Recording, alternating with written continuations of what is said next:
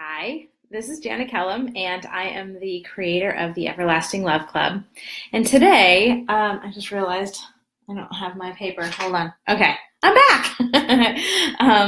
Today, I want to talk about something that I don't usually spend a tremendous amount of time on, but one that I think is really important to acknowledge. And so I tend to think of our life experience as or getting the things that we want in our lives as kind of having something like two different sides. So you can either figure out how to get to what you want, or you can figure out what's blocking you from getting to what you want. And usually in some combination of those two things actually will ultimately get you there. So you can't focus exclusively on blocks in order to get to achieve your goals, and you can't ignore your blocks and achieve your goals. So that's why today I want to talk about what I refer to as love blocks. And so I've got about 7 of them here, and we'll see how long it takes to go through them. If it seems like it's taking a really long time, I might break it up into 2 pieces, but I think I can get through them today. I don't want to spend a huge amount of time on each one. I kind of just want to go through each one, share them with you. And as I'm talking about them, I'd like to invite you to just kind of feel into yourself a little bit. So maybe take a moment now to just take a deep breath and just kind of connect inward so that you're able to hear or feel when something that I say might resonate for you. And so if I say something and you get some sort of a hit on it, whether it's that it maybe makes you a little bit angry, or maybe it makes you kind of go like, oh, or maybe it's like, whoa, oh my God, that's totally the thing that I'm doing. Just listen for those things, whether it's subtle or really in your face. And then as we go forward, I'll talk about each one of these blocks in different ways and how you can actually resolve those blocks and move forward into what you're wanting. The idea here is that when you figure out what's blocking you, that you are able to then get to the kind of love that you want in your life. Look who's here! My hubby is here. I don't know if you'll be able to stay or not, but it's good to see you, babe.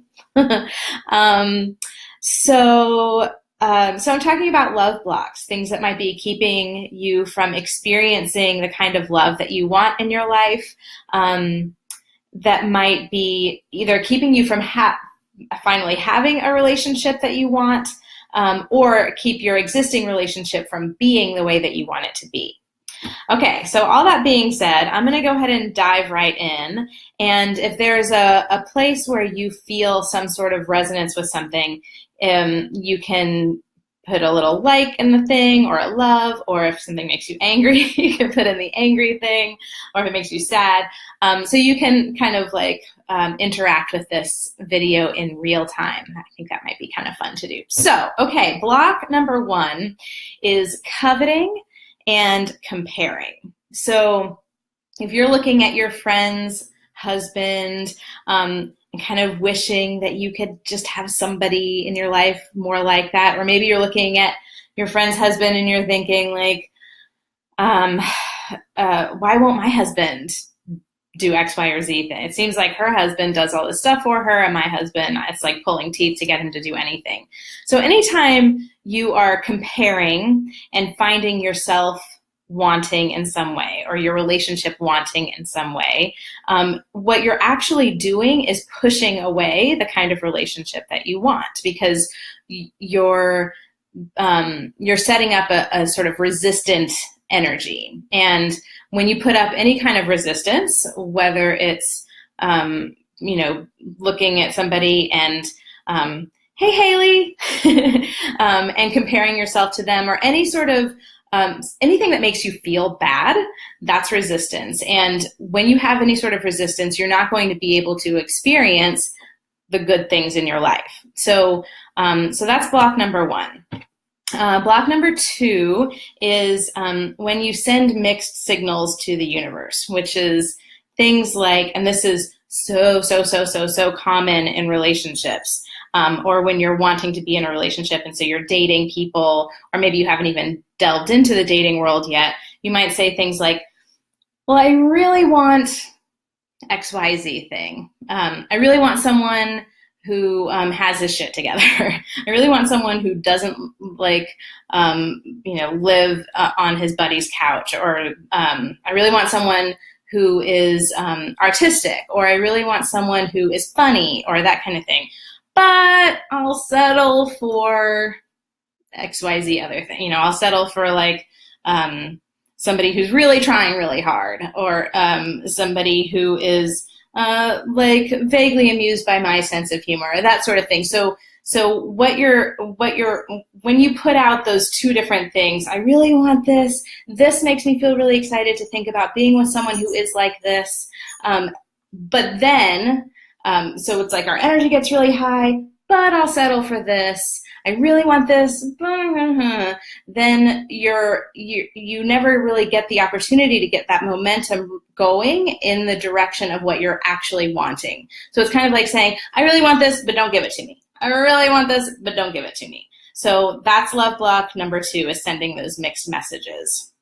Block number 3 is being too generous with others and not giving anything back to yourself. And so it can be, there can be a few different ways of that we express these kinds of things in our relationships. But what tends to happen is, and I won't say that this is true of all women, but very often we are taught that the way that you have to be in a relationship is that you have to give and give and give and give and give and give and give, and it's really not okay to receive. And then we, whether or not we choose to admit it, we get resentful about that. And I think rightly so. There has to be a give and take in relationships. There has to be giving and there has to be receiving.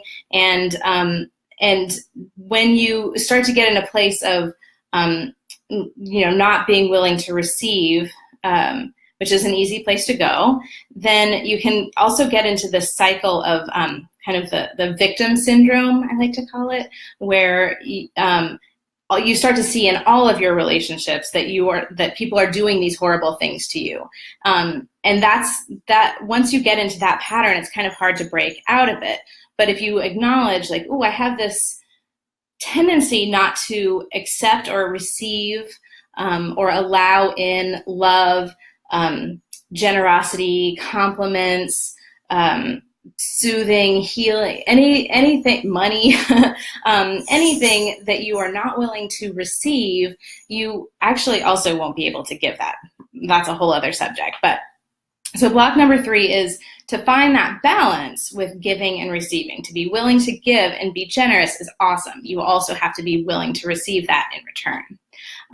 Otherwise, you'll just attract lots and lots and lots of people who are happy to take and take and take and take, right? So block number 4 is overindulging and allowing overindulgence. And this can be indulgence in a whole lot of different ways. The primary one that tends to happen, I think, a lot in relationships is an overindulgence of time and energy. Especially when you're first in a relationship with somebody, it's really easy to just want to spend all of your time with them and to insist that they spend all of their time with you. And the problem with that is that there's no real clear boundaries. And if you don't have clear boundaries, hi, Amy.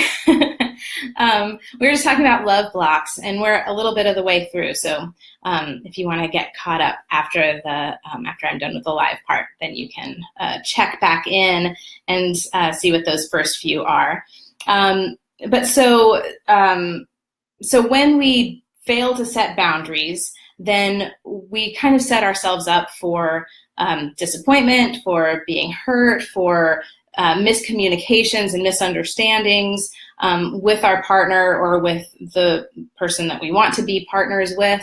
And so it's really important to set very clear boundaries about what it is that you are needing for yourself and what you need and want in your relationship. And that's one of those places that it seems like it's going to be a lot harder than it is. But once you practice being really clear about your boundaries and encourage your partner to be clear about their boundaries, it makes everything so much easier, because then you don't have to have as much confusion. You don't have to constantly be wondering what this other person has going on and what they're needing and wanting, or being confused about why they're irritated with you or any of that kind of stuff. So setting boundaries, or failure to set boundaries, is block number 4. Block number 5 is giving your power away. So when you allow somebody that you are with, or somebody that you really want to be, hi Stephanie, when you allow your partner to make all of the decisions, when you give you kind of sign over your independence and your rights and your decision-making abilities to your partner, because you think that will make them happy, or you think that will be easier, you kind of get into that sort of pattern in your relationships, you're never really going to be happy, because somebody else making decisions for you can't ever feel fulfilling to you. Your power has to come from inside and not from outside. So if you were to look inside and notice all of the different things that you want in your relationship, and you notice that that none of it is really there, and you maybe feel unsure about making decisions, or want your partner or your potential partner to always be making those decisions for you, then you've probably given away your power, and that's just never going to really feel all that great to you. And then, like I said before, the universe is going to bring you more and more people who want to take your power away. So that's just kind of the energetics of that sort of relationship block that happens. Number 6 is when you play small, because you think that will make other people feel big. And so there's this tendency with a lot of us, when we're with someone, we tend to share, be empathic, be sympathetic to how they are feeling, and that's a good thing. But if you find yourself always wanting to minimize or contract or shrink your happiness and your achievements and your successes and your value and your good qualities, because you don't want the person who you're with or who you want to be with to feel badly about themselves, then you're just kind of, it's almost like cutting off your nose to spite your face. So you're causing yourself to feel badly, crappy, so that the other person cannot feel badly. But then you just kind of end up in this like downward spiral where you're just kind of both reinforcing each other's not feeling awesome. And and again, the universe is going to bring you people who are going to want you to bring yourself down, to make yourself small. So that's block number 6. And the last block is thinking about who you are surrounding yourself with.